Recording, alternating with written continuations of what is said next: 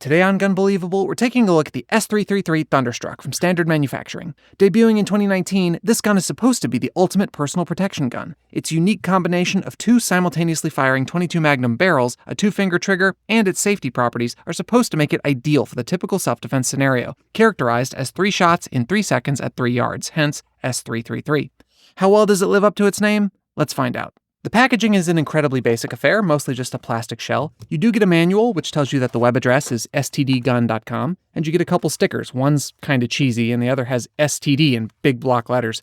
Perfect, something I'd be proud to display anywhere. The cylinder's preloaded with this insert to protect it from dry firing, because as with many guns that shoot rimfire ammo, dry firing can do damage. Unfortunately, the insert gets chewed up really quickly by even a little dry firing, and it becomes brittle with age, which is why this one fell apart just sitting in my safe. I had to switch to these .22 caliber drywall anchors. Picking up the Thunderstruck initially feels normal. It weighs 20.5 ounces fully loaded, which would make it about even with this Glock 43 if not for the red dot. Like most revolvers, it's a little front heavy. The size is similar, a little shorter than the 43, but about as tall and somewhat wider. Nothing feels weird until it's time to touch the trigger. When they call this a two-finger trigger, they mean it. It's not impossible to pull with one, but with the reduced leverage, it's prohibitively heavy. And when the trigger comes back, it leaves no space on the grip for your middle finger to fit behind it. So your options are to either grip it by the trigger, which violates safety rules, or you keep your trigger fingers straight, which leaves you holding the thing awkwardly and not that securely with a finger and a half on the very bottom, or you compromise by putting one or both of your trigger fingers behind the trigger, which then makes it really awkward to get on the trigger. The grip itself is polymer, and it feels alright, I guess. I wouldn't really notice it one way or another if the trigger didn't make it so hard to get a purchase on it. I do wish it were a bit longer so I could get my pinky fully on board. Having already talked about the trigger, let's talk about the pull.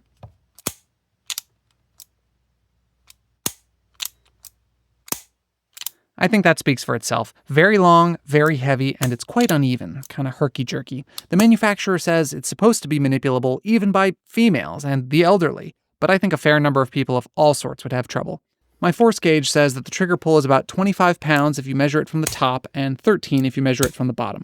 I've seen some comparisons to a staple gun, and I get why people say that. There is some resemblance, but I don't think the comparison is fair. The staple gun has a similar trigger weight at around 16 pounds, but its stroke is much more even, and its break is more predictable. Rather than relying on the strength of 2 fingers, you press it with your palm, and you can use some of your body weight to help. It's decidedly easier and more pleasant to use than the S333. Being a revolver, there are a few controls to speak of. The cylinder latch is here, it pushes straight in. You have a short ejector rod to help remove spent casings. I wish it helped a little more than it does, casings do stick in this thing. Sights are a simple 3-dot setup. They're quite large and painted bright red, which is nice, though I'd prefer if they weren't all the same color. If you don't like them, tough cookies. They're part of the frame and they can't be changed, and there's no optic mounting option either. Instead of a full trigger guard big enough to cover this very long trigger, they gave it a half guard at the front, which trims off some of the bulk, but looks quite strange. Overall build quality seems fine. It feels reasonably sturdy in an unremarkable way. The finish has some problems, both on the grip and the frame. After a few months in a temperature and humidity controlled environment with no exposure to chemicals, the grip started going from black to the uneven chalky pattern you see here. Even the slightest touch of my fingernail leaves big white marks that can only kind of be rubbed away. Meanwhile, the frame is supposed to have a combination of anodizing and synergistic coatings, but it might as well be black paint. The one maintenance task the manual recommends you do is to punch in this trigger pin very slightly, put some oil in there so it can work its way in. First time I did that, I lined up my brass punch very carefully, gave it the gentlest tap, and immediately got the damage you see here. Maybe I'm an idiot, but if I am, then so is the guy at the factory who put in this retaining screw. Shooting the S333 is super awkward. I've already explained why you won't get a good grip with your firing hand. Your support hand provides more emotional support than physical. You can't put it up here because it'll interfere with the trigger, and you can't put it up front because the half guard gives you no purchase, and also because on a revolver, some gas comes out of the gap between the cylinder and the barrel, and you don't want that hitting your hand. The total recoil force is probably a little less than 9mm, but because your grip is so poor and the bore axis is so high and there's no mechanical action to dampen it, it feels stouter than it should. It's very flippy. Now folks, I swear to you that I am a competent pistol shooter. I can normally put all my shots in the same golf ball sized hole at 7 yards. Keep that in mind when I show you this target from just 5 yards away. I was trying hard, and this is what I got. There's at least 4 things going on here. Number 1, the trigger is incompatible with precision. It's so heavy and herky-jerky, you cannot keep the sights steady no matter how hard you try. 2, the sights are set for a 6 o'clock hold, but it seems to be so severe that my aiming for the A in the center was causing shots to go into the neck and head areas. 3, somehow the barrels are so poorly aligned as to make shots string vertically. Here are the pairs from this target's first, second, third, and fourth shots. Lastly, I think bullets are keyholing. Instead of spinning nicely like a thrown football, they're tumbling in the air, which causes these larger ragged holes in the paper. Keyholing is a well-known problem with this gun, so much so that in one of Standard Manufacturing's own promotional videos, you can see this bullet coming in half sideways just before it strikes the ballistics gel.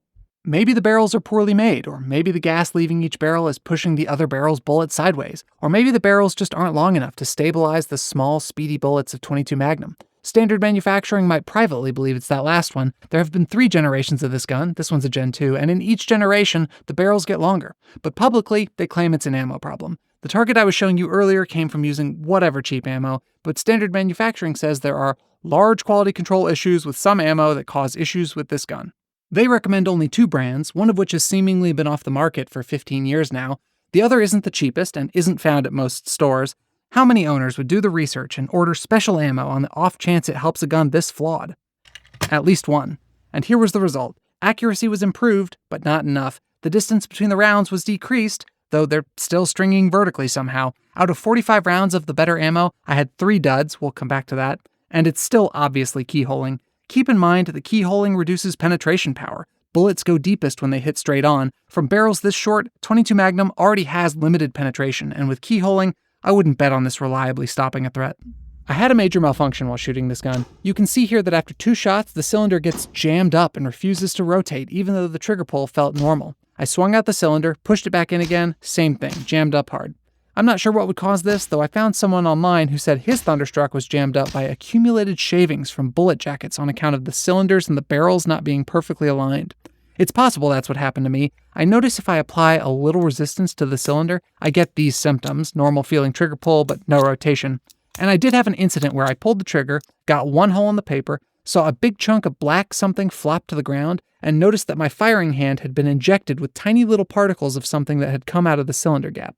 All in all, the jackets getting shaved and causing problems theory seems plausible. So much for the notion that revolvers don't jam. Having experienced all that, let's revisit what this gun is for. It's named S333 after the rule of threes, which is the idea that most defensive gun use takes place at around 3 yards in 3 seconds with 3 shots fired. Is that even true? It's pervasive in the gun community, but pinning down its origins was like grabbing a wet bar of soap. Best I can tell, 2 sources are most responsible. One is internet randos interpreting law enforcement data, which I don't think is very comparable to regular person scenarios. The other is Tom Givens, a shooting instructor who keeps a private database of the 60-ish shootings his students have been involved in. It's a start, but it's a small sample size of a non-random population, and his numbers change a bit from source to source. He says around 90% of incidents happen between 3 to 5 yards, or maybe it's 3 to 7 yards. Makes me wonder how rigorous this data is. In any case, the median distance is higher than 3, and I can't find him giving any data on shot counts or duration. Ultimately, I think this rule of threes is not well substantiated. And even if it were true, I'm not so sure it makes sense to only prepare for the median case. The median skydive only needs 1 parachute, but I'll pack 2. So who's this gun for? In their marketing, Standard Manufacturing hits 3 points really hard, appropriately enough. 1, that it's ideal for the rule of 3 scenario. 2, that it's reliable. These revolvers are far more superior to any other automatic pistol, which are rendered useless when they jam or misfire. Right. And 3, that it's safe. They dig in especially hard on safety, saying that the design of the trigger and the internal mechanics mean the resulting S333 Thunderstruck is the safest personal protection firearm available. I think that messaging appeals to someone who doesn't know much about guns. With a quality holster and just a little training, a conventional revolver or pistol can be carried perfectly safely despite the lighter trigger weight. But if you don't know that, you're not the sort to get training, you're anxious, then the notion of a reliable, dead simple, extremely safe gun might appeal to you. And that's ironic, because this gun has a serious and unique safety issue. Rimfire ammo, like the .22 Magnum this gun uses, is less reliable than centerfire ammo. Instead of being a separate component, the primer is a liquid that gets spun into the rim and dried. This spreading is often imperfect or uneven. If the hammer hits a thin spot, you get a click. Sometimes a second or third strike will set it off, sometimes it won't. As I alluded to earlier, with 45 rounds of the Standard Manufacturing approved ammo, I got 3 clicks, of which 2 later went bang. On most guns, if you get a dud round, you know it. But on this gun, you're firing 2 rounds, and the other probably isn't a dud, so you still get a bang. Maybe you notice that the recoil was lighter than usual, maybe you notice there's only 1 more hole in the target, but maybe you don't. If you then assume the gun is empty and you keep pulling the trigger, you could get an unexpected bang. I mentioned at the start how the gun ships with a snap cap ring to protect it from being damaged by dry firing. Well, if yours got chewed up or you just don't have it at hand, it's tempting to leave spent cases in the gun as snap caps. You take it home, maybe you even swing out the cylinder and check to see that all the primers have been struck, and sure enough they have, so you start your dry fire practice and kaboom.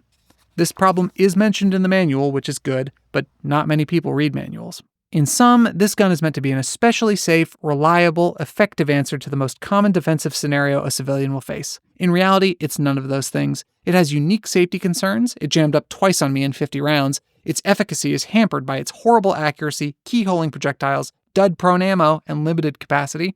The problem it's designed around is weakly evidenced, and even if this gun worked, it'd be a bare minimum solution. If you're going to prepare for emergencies, I see no reason why you'd pick this. Alternatives are available that do a lot more and cost less than this thing's $359 MSRP. That's it from Gunbelievable on the S333 Thunderstruck from Standard Manufacturing. Smash that like button, be sure to subscribe. If I get 1 million subs, I'll buy a Taurus Judge.